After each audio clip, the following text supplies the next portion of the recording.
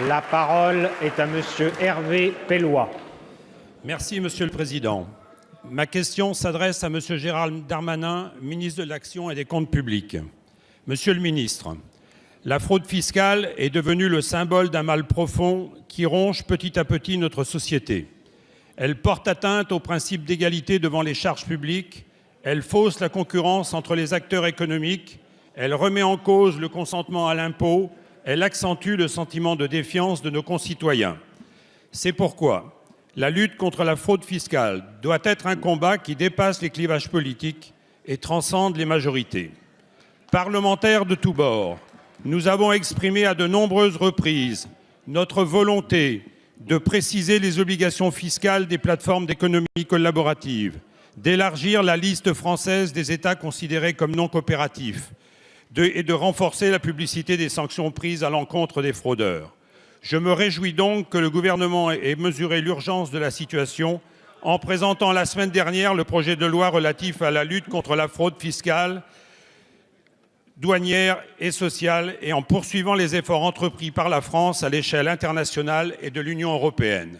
Ce projet de loi s'inscrit en complémentarité avec le projet de loi pour un État au service d'une société de confiance qui vise à passer d'une administration de sanctions à une administration de conseil. Droit à l'erreur pour les contribuables de bonne foi et tolérance zéro pour les fraudeurs fiscaux, tel doit être notre credo. Le projet de loi prévoit des mesures fortes et inédites pour consolider les moyens de détection de la fraude et renforcer les sanctions. Monsieur le ministre, pouvez-vous nous détailler ces mesures et comment elles permettront de venir à bout, une bonne fois pour toutes, soyons optimistes, de la fraude fiscale? Merci.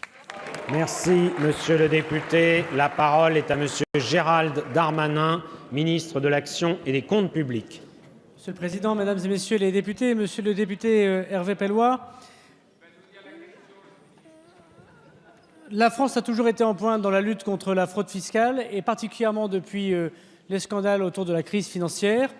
Sous la présidence de Nicolas Sarkozy, fin a été mis au secret fiscal, notamment au secret fiscal bancaire, pour que l'administration française et les administrations européennes puissent travailler, notamment dans le cadre du continent européen, à une meilleure information et une meilleure condamnation des fraudeurs. Et sous la présidence de M. Hollande, l'accélération, notamment par le travail qu'a fait l'OCDE, de l'automatisation des données qui permettent aujourd'hui au gouvernement de travailler le plus intelligemment possible avec les pays qui l'entourent et qui, jusqu'à présent, n'étaient pas aussi coopératifs.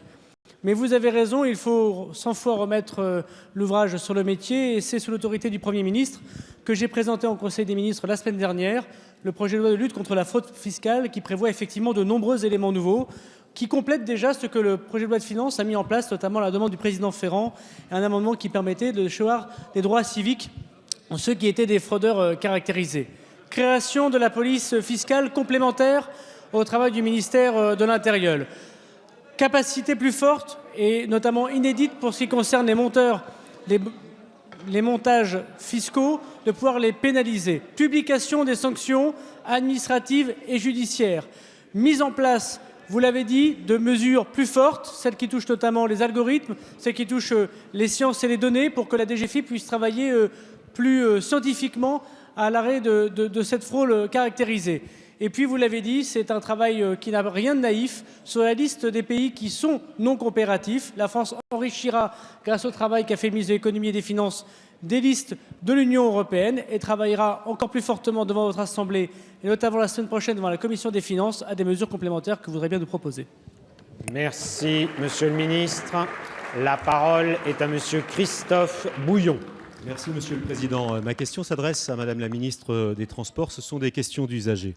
La première, est-ce que le gouvernement aurait pu éviter la grève? Oui, sans doute, en évitant deux provocations. La première, vis-à-vis des assemblées avec les ordonnances.